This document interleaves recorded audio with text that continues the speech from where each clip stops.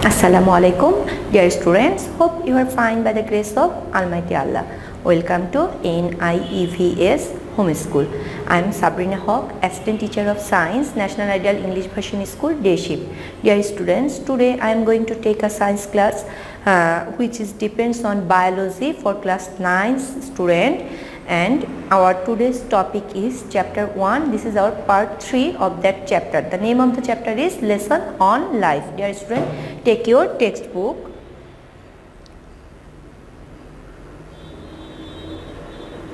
Open page number 10 and follow the class with your textbook. Dear student, today we will first discuss about the kingdom Animalia, and then we will go for the classification, different steps of classification. Dear students, the fifth kingdom is Animalia. Characteristics: they are eukaryotic and multicellular animals. Their cells do not have non-living cell walls, plastid or vacuole in them. As there are no plastid in their cells, they are heterotroph. That means they depend for their food on plants, and so they depend on other organisms for their food. After ingestion, they digest their food. They have advanced and complex tissue system. Sexual reproduction is their usual way of reproduction. Haploid gametes are usually produced in the reproductive organs, and mature and diploid males and females embryonic layers are developed at the time of their embryonic development. Now come to the example. The entire invertebrate and vertebrate elements except protozoan are the example of Animalia group. Thomas Calvin Smith from Oxford University divided the kingdom Protista of living world into two groups, Protozoa and Chromista, and renamed the kingdom Monera as the kingdom of bacteria in 2004. In this way, he grouped the living world in 6 kingdoms. You will learn more about it at your higher level of education. You will be introduced gradually in the consequent chapters to the characteristics of the animals of different kingdoms mentioned here. Come to different stages of classification. The lesson 1.4. In classifying the organism, confined unit of ranks are used in taxonomy, which are called taxa. You learned about taxa in your class 8 science books too. The largest classification rank is kingdom, and the smallest classification rank is species. Each rank of taxonomy adds new characteristics of those of the lower rank. The higher the rank, the lower the number of characteristics, and the higher number of living organisms belonging to the rank, the lower the rank. The higher the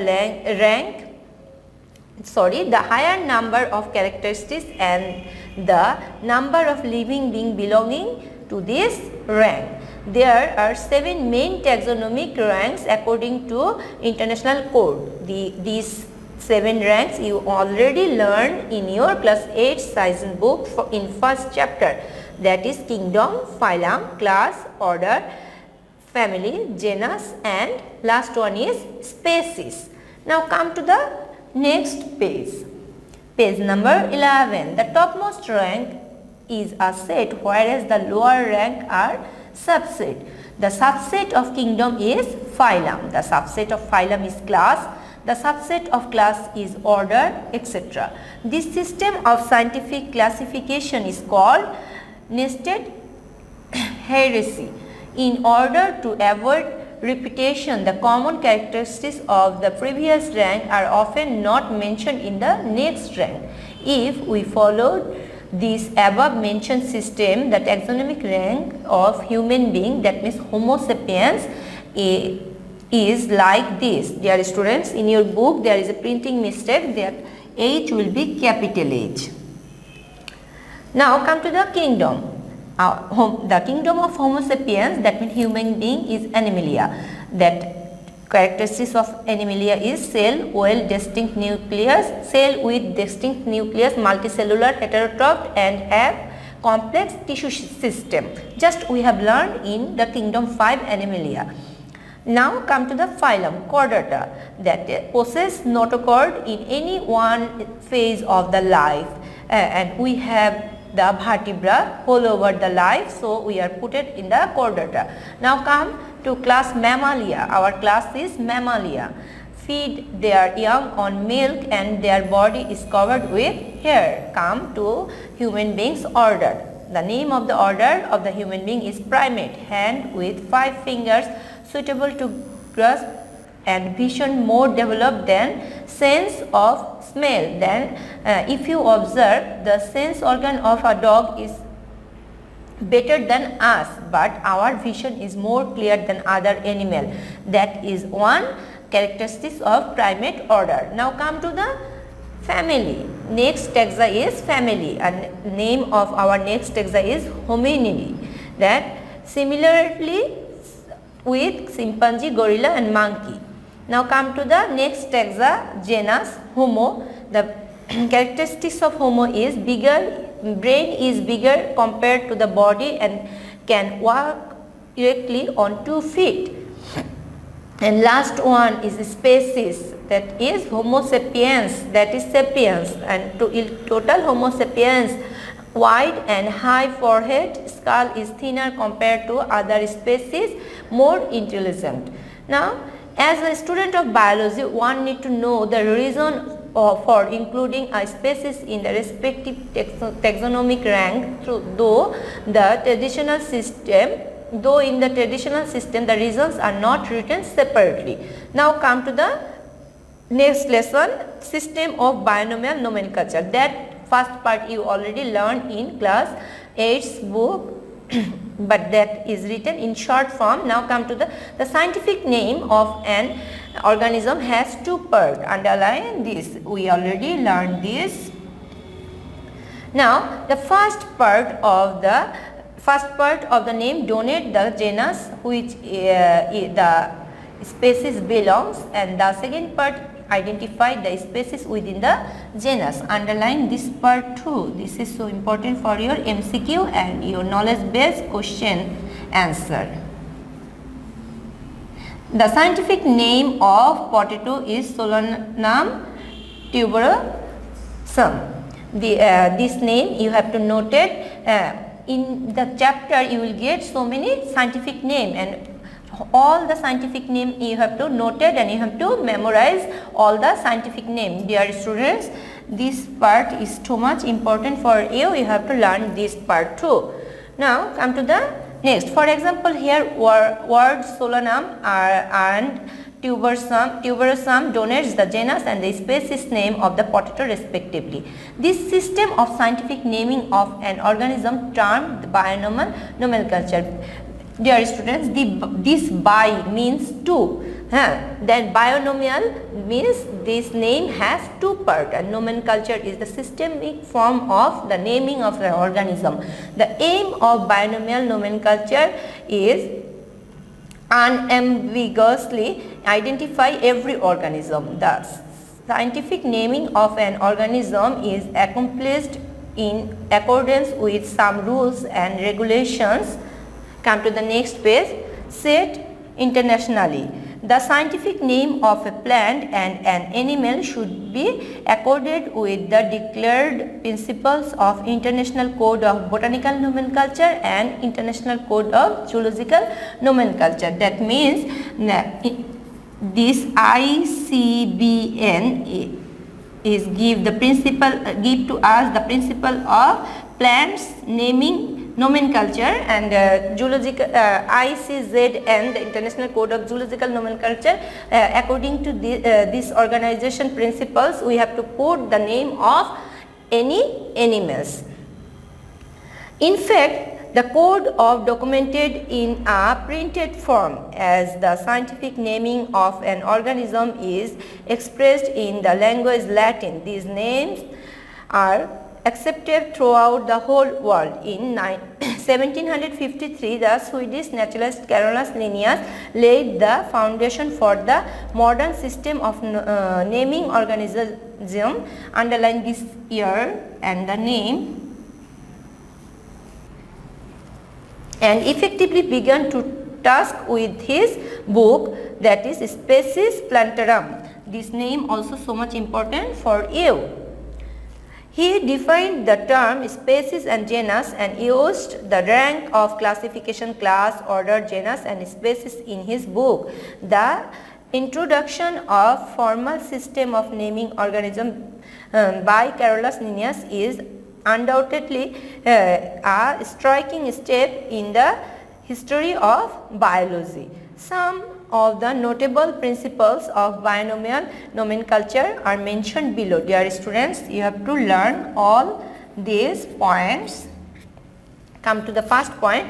The language of scientific naming of an organism would be Latin, and this part which is given in the bracket, this part is too much important because this is about our country. Young zoologist Sajid Ali Halodar recently discovered a frog which can be found only in Dhaka. The scientific name given to the frog is Jucarana dhaka. The name of the genus is given Jucarana to show the respect to the founder of Zoology Department of Dhaka University, Qazi Zakir Hussain. This part is too much important because this is related to our country. Now come to the next point. Every scientific name should have two parts, and the genus name always comes first, followed by the species name. For example, Labiorohita. This is the scientific name of Rohit fish. Here Labio is the genus and Rohita is the name of the species. Come to the next point. The scientific name of any organism should have to be unique because same legitimate name cannot be used for naming two distinct organisms. It can be confused. Come to the next. The first alphabet of the first name would be in the capital letter, with the remaining alphabet will be small letter, and the second part of the name totally would be written with small letters. If you see the example, here is written Allium cepa. This is the scientific name of onion. This A only the capital letter, except A, every letter is small letter. And come to the lion scientific name Panthera leo. That's also there also P is capital letter, except P every letter is small letter. Come to the next point 5. At the time of printing of a scientific name, it should be written in italic form. If you observe that Allium cepa and Panthera leo all are written in italic form, but when come to the next point,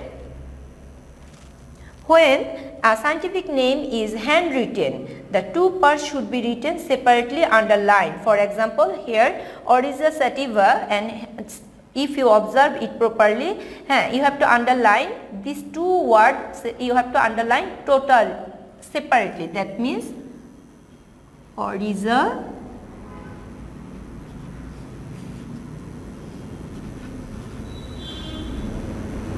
sativa. You have to underline like this way separately, and Katla also, if you observe, there is two separate underline in two words. Now come to the next one. If the scientific name of an organism is named by several scientists, the earliest legitimate name given by the first scientist will be accepted in accordance with the rules of priority. That means who will give the first name, that name will be acceptable. Come to the last point which is given in your book. The scientist who gives the scientific name of an organism can have his or her name cited in abbreviated form at the end of the binomial name along with the year of naming. For example, Homo sapiens and here give L. L means Linnaeus, and here the year 1758, and the scientific name of rice, that is Oryza sativa. Here also give L. This L is Linnaeus, that means Carolus Linnaeus put the both name, and it is on 1753. Dear students, here they give some binomial name of some organism, that means scientific name of some organism. Here first they give general name, then they give the scientific name. You all have to memorize this scientific name, that means rice, Oryza sativa, jute, Quercus capsularis, then mango, Mangifera indica, jackfruit, Artocarpus heterophytes.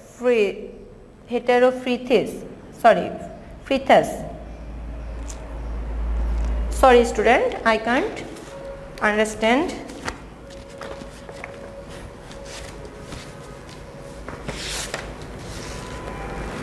Sorry, heterophilus, that will be double L. Sorry, I am saying again, jackfruit, Artocarpus heterophilus, then next one is water lily, Nymphea naucholi. Now come to the China rose, Hibiscus rosasynthesis. Now come to the causal organism of cholera, Vibrio cholerae. Now causal organism of malaria, Plasmodium vivax. Now come to the next one, cockroach, then Periplaneta americana. Now honeybee, Apis indica. Next one is Illis, Tenualosa illisa. Then Asian toad.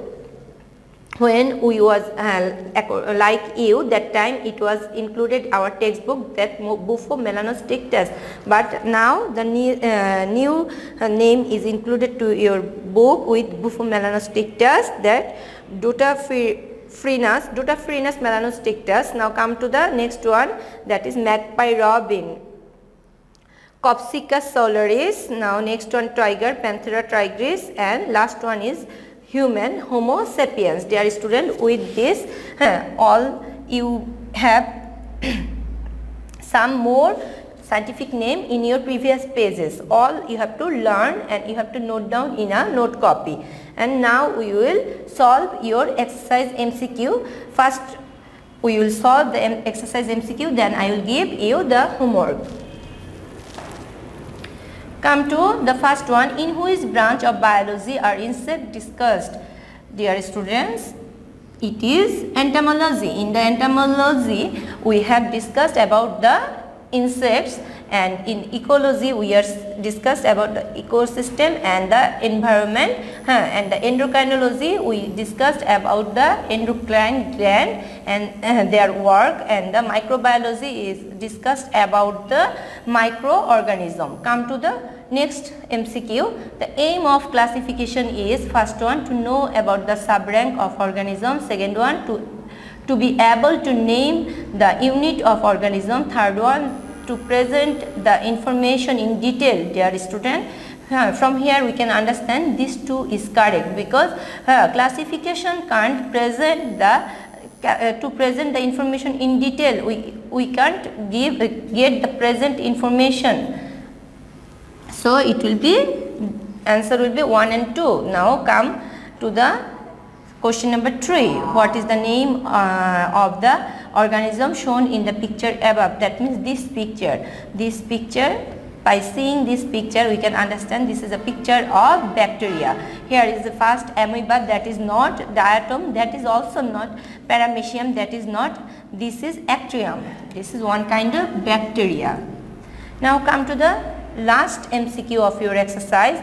The characteristics of organisms shown in the stem are, they are able to move, second one is they are unable to produce food, and last one is their nucleus is well structured. Dear student, we know virus bacteria are situated in kingdom Monera, and Monera is prokaryotic animal. Prokaryotic means they don't have organized nucleus. That means this one is incorrect. and this 2 is correct. So we will put tick mark on A. That means 1 and 2 is correct information.